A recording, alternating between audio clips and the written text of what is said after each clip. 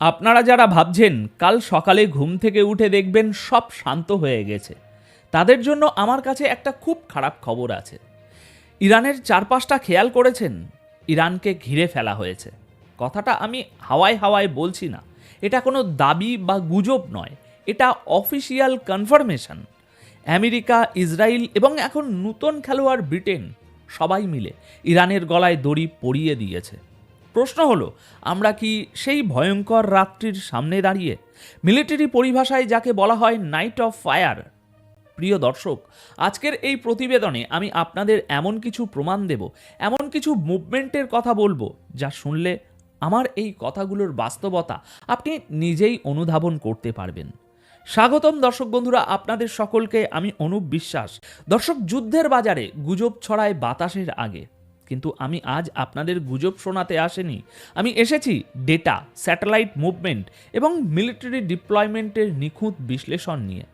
গত 24 ঘন্টায় গালফ বা উপসাগরীয় অঞ্চলে যা যা ঘটেছে তা সাধারণ কোনো মুভমেন্ট নয় বা মহড়া নয়।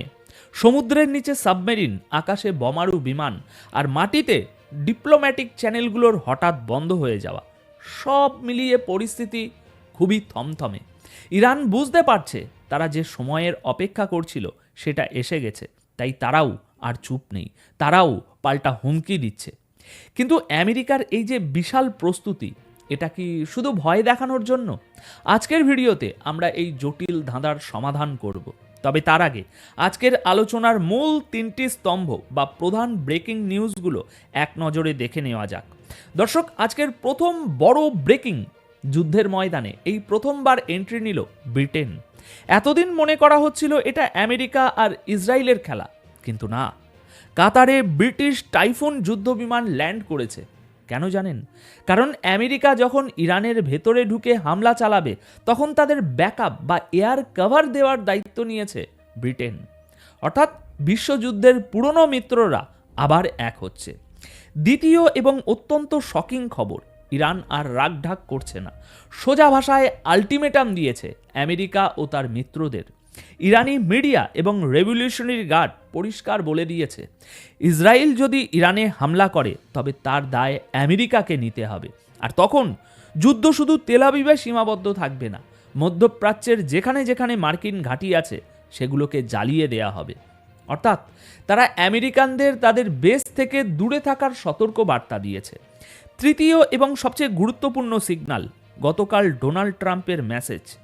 ট্রাম্প গত রাতে এমন এক অদ্ভুত কথা বলেছেন যা শুনে মনে হচ্ছে ইরানের সুপ্রিম লিডার আয়াতুল্লাহ খামেনির দিন শেষ হয়ে আসছে।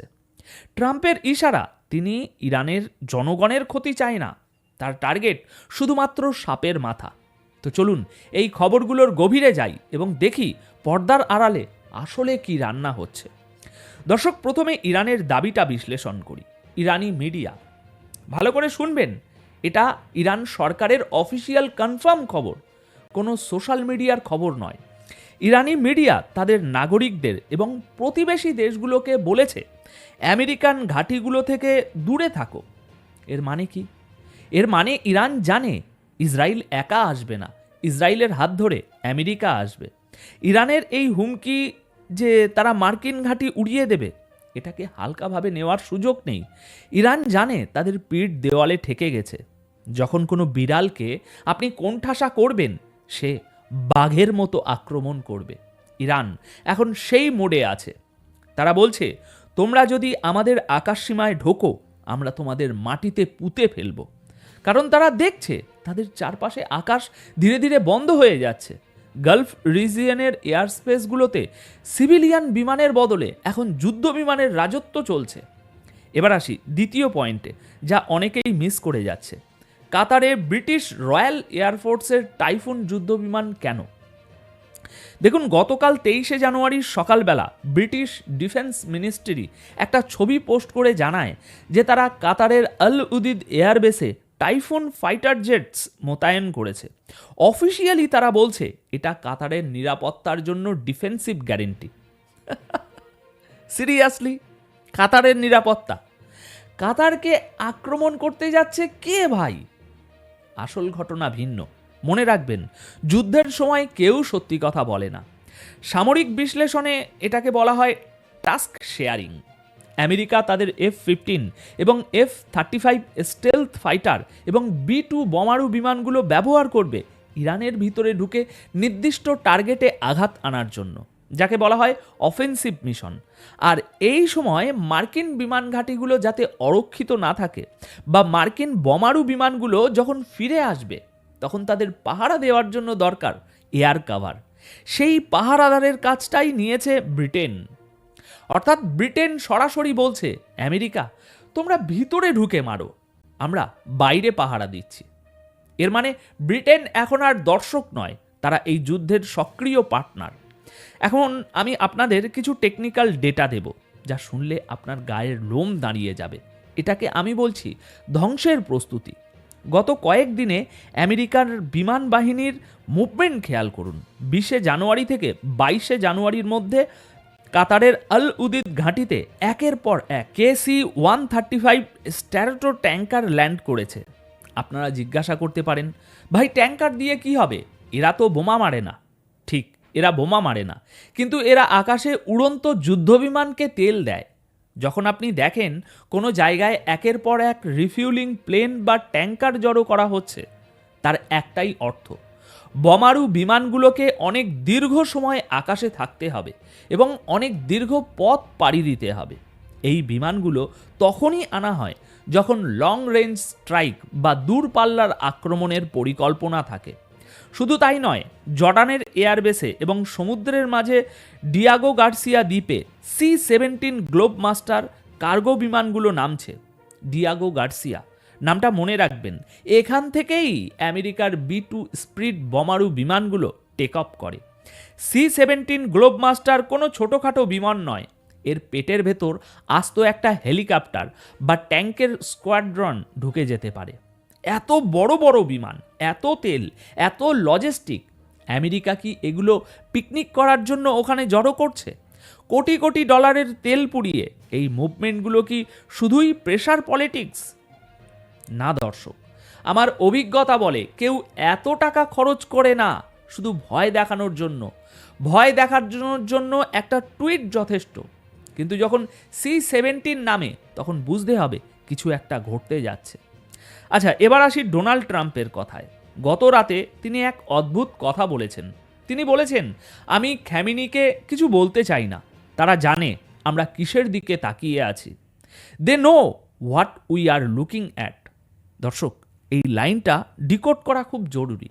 ট্রাম্প এখানে একটা সাইকোলজিক্যাল গেম খেলছেন। তিনি বলছেন না যে আমি ইরানের আর্মিকে মারব বা জনগণকে মারব। তিনি বোঝাতে চাইছেন আমাদের টার্গেট পিন পয়েন্ট অ্যাকুরেসি, আমাদের টার্গেট ইরানের ব্রেন এবং তাদের নিউক্লিয়ার প্রোগ্রাম। আমেরিকা জানে ইরানের জনগণকে মেরে কোনো লাভ নেই, কিন্তু যদি সাপটার মাথা কেটে ফেলা যায়, যদি তাদের নিউক্লিয়ার ফেসিলিটিগুলো মাটির সাথে মিশিয়ে দেওয়া যায়, তবে ইরান আগামী 50 বছরের জন্য পঙ্গু হয়ে যাবে। ট্রাম্পের এই বার্তা আসলে খ্যামিনি এবং রেভলিউশনারি গার্ডের টপ লিডারশিপের জন্য একটা, বলতে পারেন, সরাসরি মৃত্যু পরোয়ানা। দেখুন, বর্তমানে আমরা যে অবস্থায় আছি, মিলিটারি টার্মে এটাকে বলে ফ্রিজিং দ্য সিন, মানে দৃশ্যটাকে জমিয়ে দেওয়া। আপাত দৃষ্টিতে মনে হচ্ছে কিছুই হচ্ছে না, কোনো নতুন ফ্লাইট বন্ধ হয়নি, কোনো বড় বিস্ফোরণ হয়নি, সব কিছু শান্ত। কিন্তু এই শান্ত ভাবটাই সবচেয়ে ভয়ঙ্কর। এটা হলো ঝড়ের আগের সেই পিনপতন নীরবতা। পর্দার আড়ালে এখন ফাইনাল কোঅর্ডিনেশন চলছে। আমেরিকার C-37A VIP বিমানটি UAE-তে ল্যান্ড করেছে। এই বিমানে কারা থাকে জানেন?